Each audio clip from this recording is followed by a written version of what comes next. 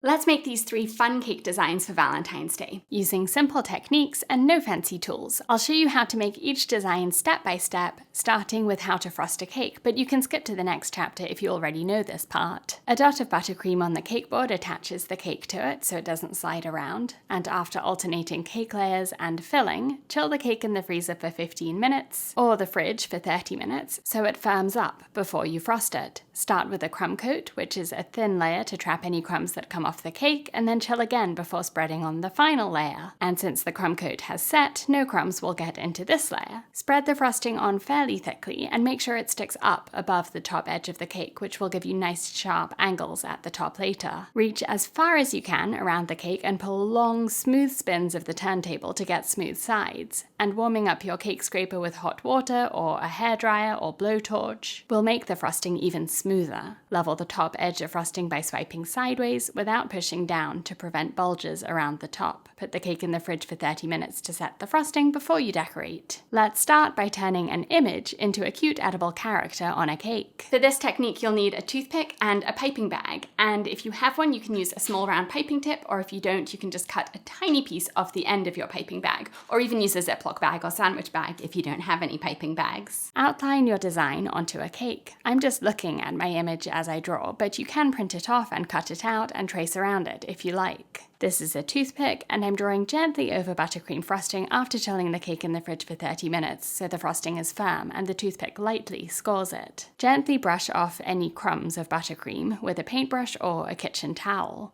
Now tint a spoonful of buttercream for each color of your design. That's not helpful. Let's see it step by step instead. Spoon your buttercream into the sections of a cupcake pan or small bowls and add food coloring. I like gels because they're the most concentrated, so you get really bold colors. I'm using white for the bee's wings, yellow and orange for the stripes, red for a heart, and black for the bee's antennae and arms and legs. I like to use a cupcake pan for this. If you don't have one, you don't need one. You can use lots of little bowls instead, but using the cupcake pan makes it so quick to tint the small amount of buttercream into different colors, and you only have one thing to wash up at the end. A quick tip for opening these gel bottles when they're new is, instead of peeling this cover off, unscrew the lid and use the point on the inside of the lid to poke the cover, which is exactly where the drops will squeeze out through the lid. To make buttercream really black, use just a little bit of black gel on any color of buttercream, I'm using leftover pink, and then put the bowl into the microwave for 5 to 10 seconds to melt the buttercream, which makes it much darker but also melts it. So then put it into the freezer to bring it back to room temperature, and the cold will darken it even further. Stir it until it's smooth and it's ready to use. Spoon your first color of buttercream into a piping bag fitted with a small round piping tip. This is a Wilton No. 3, and pipe dots to cover the section of that color. To pipe a dot, hold the tip slightly away from the cake, squeeze the bag while holding it still to allow the buttercream to bulge out and attach to the cake, and then release your pressure on the bag as you pull it away from the cake to leave a dot with a point. This technique is called Pointillism, and it's an easy way to create multicolored designs without needing stencils or buttercream transfers or fondant. Fill in all of the sections of this color and then switch to the next color. If you don't have couplers and you only have one small round piping tip, you'll need to squeeze all of this color out of the bag and then push the piping tip out of the bag and wash the tip and the piping bag and dry them, and then put the piping tip back in and spoon in your next color of buttercream. Then pipe this color wherever it needs to go. If you have couplers or multiple small round piping tips, the process of switching between colors is much quicker. I missed a section of yellow, and to fill that in now, I'll show you how to use a piping bag without a piping tip, in case you don't have a small round piping tip. Just cut a tiny piece off the end of a piping bag and pipe through that, and if the dot isn't big enough, cut a little bit more off the bag. The dots won't be quite as round as if you use a piping tip, but once you have hundreds of dots on the cake, you won't notice. I'm using white buttercream for the wings, and piping in rows or lines will look the neatest, rather than piping an outline first and then filling that in. Black buttercream for the antennae and legs and arms, and curved lines for the eyes and mouth using black as well, and then red for the heart that the bee is holding. This little bee is adorable. You could write "Be Mine" on the cake as well, which would be cute.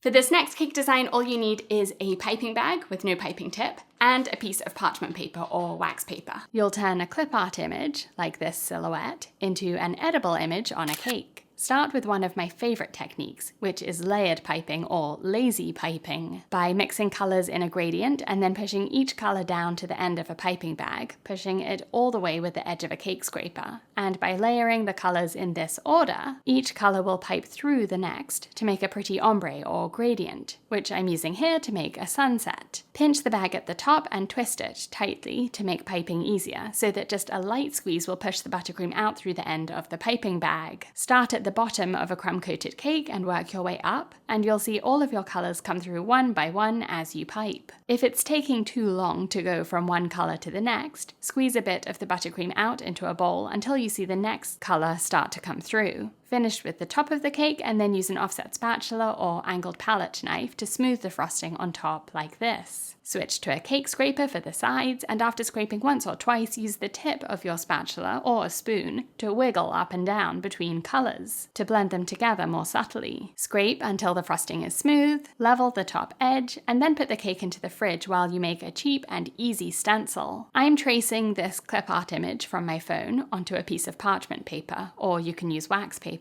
and cut it out to leave only the surrounding paper there for a stencil. Press this against your chilled cake and it won't stick because the cold frosting is firm. Spread black buttercream over the stencil and scrape off the excess to leave a thin, smooth layer behind. Then peel the stencil off and voila! You can scrape off any smudges with a toothpick and you won't damage the frosting underneath because that is still cold and firm. To add detail, you could pipe a border on top. This is a 4B piping tip with leftover purple buttercream. Start at the side of the cake so that the join of the piping, the beginning and the end of it, is in the least visible place when you look at the cake from the front. I love how bright this cake is, rather than using the traditional pink and red. Going back to something more classically Valentine's Day themed, outline hearts on a cake after chilling the cake so that the frosting is firm. You can use cookie cutters or score the hearts using a toothpick, or cut out paper hearts and trace around those with a toothpick. Tint buttercream different colors. I'm starting with the lightest color, plain white buttercream, with pink gel coloring, mixing that in, adding more buttercream and adding a drop of red to make a darker pink. And by going from lightest to darkest, you can mix all of your colors in the same bowl without washing it in between. I'm using a number 363 star tip, a tiny number 16 star tip, and a small round tip, a number 3. Any round or star-shaped tip will work.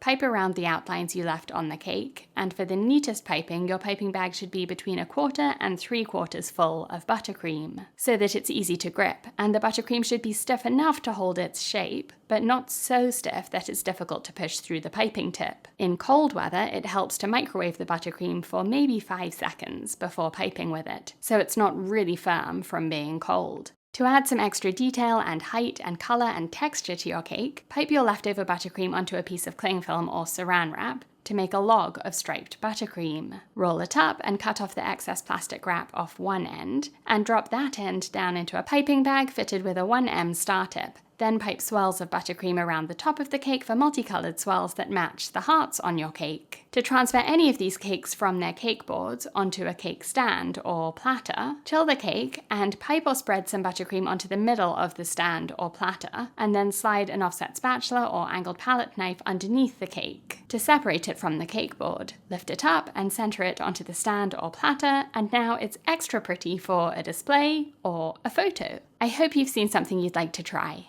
Join my YouTube membership for access to exclusive videos and my course on perfectly smooth frosting, and visit my cake school on BritishGirlBakes.com to learn hundreds of cake decorating techniques and designs. See you there!